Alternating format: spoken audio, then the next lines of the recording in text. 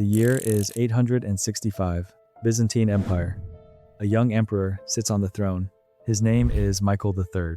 He is surrounded by advisors, by generals, by powerful men who have served the empire for decades. But Michael doesn't trust any of them. He trusts one person, a man he met by accident years ago when a wild horse attacked him in the stables.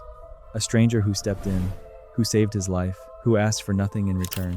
His name is Basil, a nobody, a stable hand, a man with no education, no political experience, no royal blood. Michael gave him everything: money, power, position, influence, a place at the highest table in the empire. He treated Basil not like a servant, not even like a friend, like a brother. And one quiet night, many years later, while Michael slept, Basil walked into his room. With a sword, the man Michael had trusted most in the world was the man who ended him. And the worst part, Michael never saw it coming, because he was blinded by the one thing that power cannot afford: trust.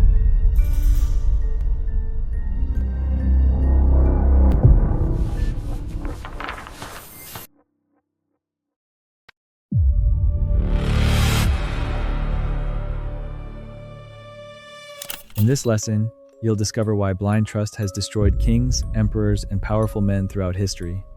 You'll learn how smart leaders turned enemies into loyal allies, and why people with something to prove are often more valuable than lifelong friends.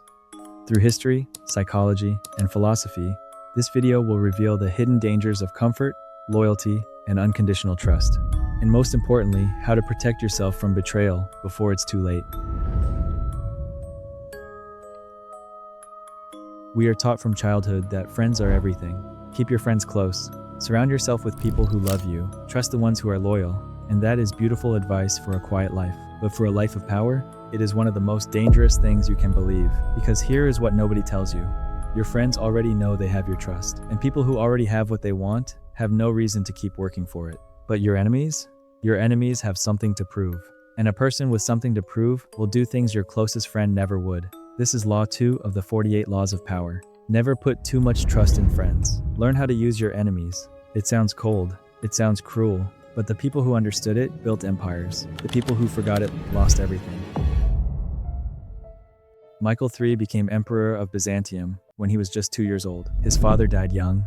His powerful uncle took control of the empire. And Michael grew up in the shadow of older, stronger men. Men who had real power while he had only a title. When he finally came of age, he needed help.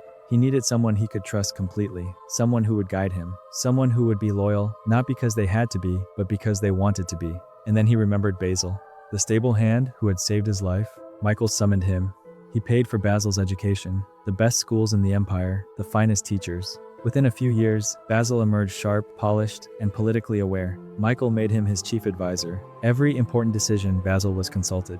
Every state matter, Basil was involved. Every crisis, Basil was the first person Michael turned to. He doubled his salary, then tripled it. He gave him land, titles, influence over the army. He gave him everything, and Basil received it all, gratefully, warmly, with a smile that Michael trusted completely. But here is what Michael didn't notice. Basil's hunger never went away.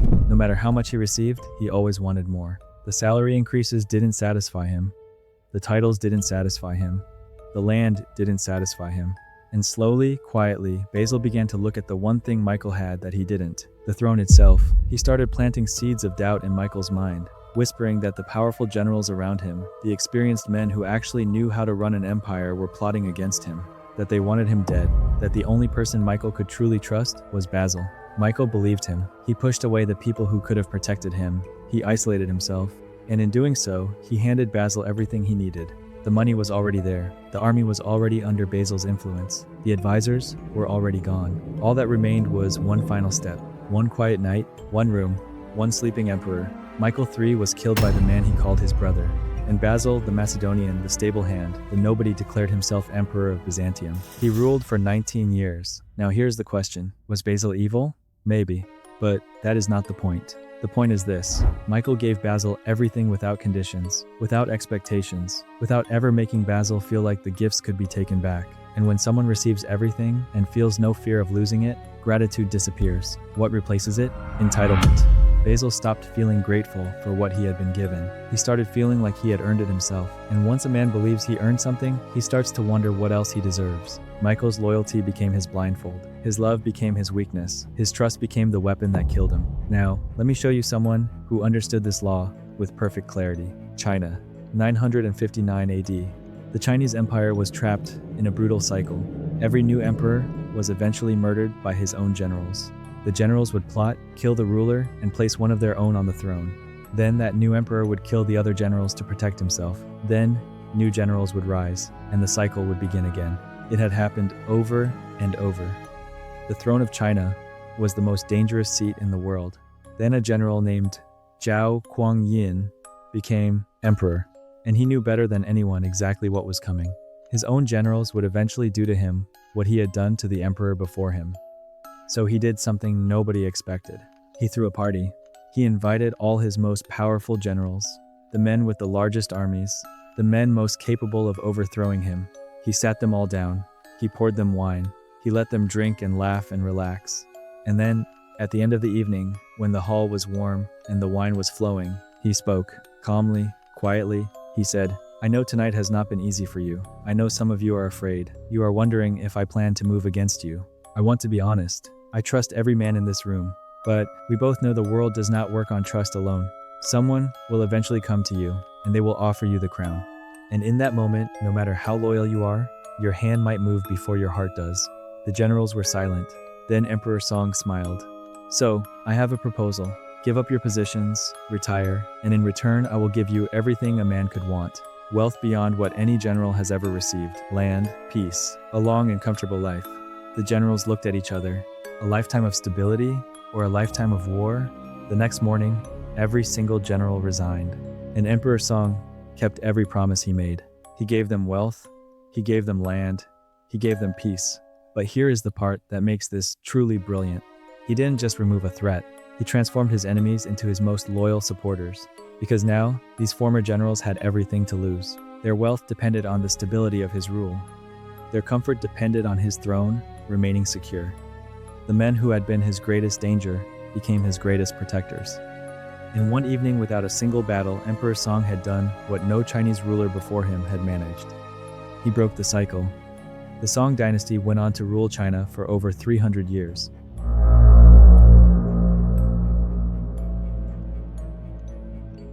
Psychologists have studied this for decades, and the research confirms what these emperors discovered through blood and survival.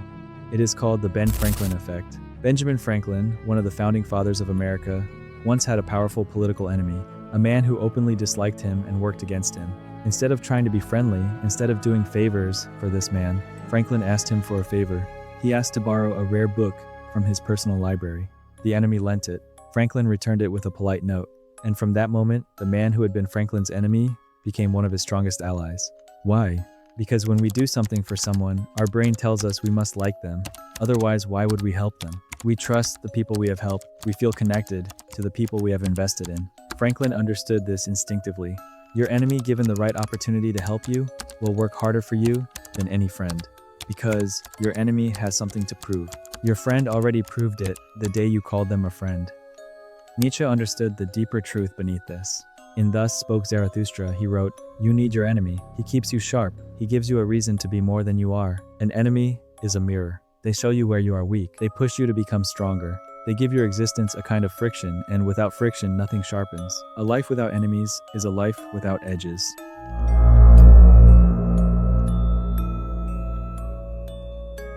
Let me speak to you directly now. Think about the people closest to you. Your best friend, your most trusted colleague, the person you rely on most. Now ask yourself one honest question. Do they still have something to prove to you?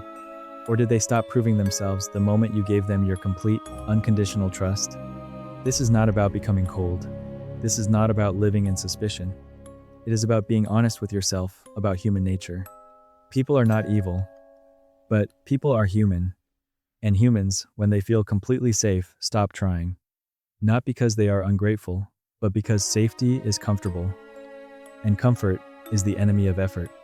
So here is what this law actually means for your life. When you choose who to work with, don't just choose the people you like the most. Choose the people who have something to prove. Choose the person who was overlooked and wants to show the world they were wrong. Choose the person who failed once and is hungry to prove they have changed. That hunger, that need to prove something, is more powerful than any friendship. And when you have enemies, real ones, don't ignore them.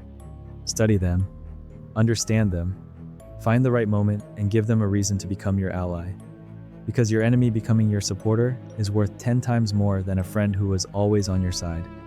The world respects a man who can turn a wolf into a guard dog, and it forgets the man who was eaten by his own sheep. The closing. Remember Michael. He sat on the most powerful throne in the Byzantine world. He had loyalty. He had love. He had a friend who had saved his life. And he gave that friend everything.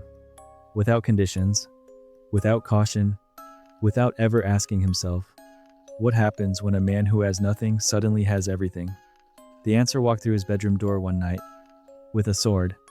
Now remember, Emperor Song. He sat on the same kind of throne, surrounded by the same kind of danger, but he looked at his enemies, and instead of fearing them, he asked, "What do these men want?" And when he gave it to them, they had no reason to destroy him anymore. He didn't win by being stronger. He won by being smarter, by understanding that power is not about surrounding yourself with people who love you.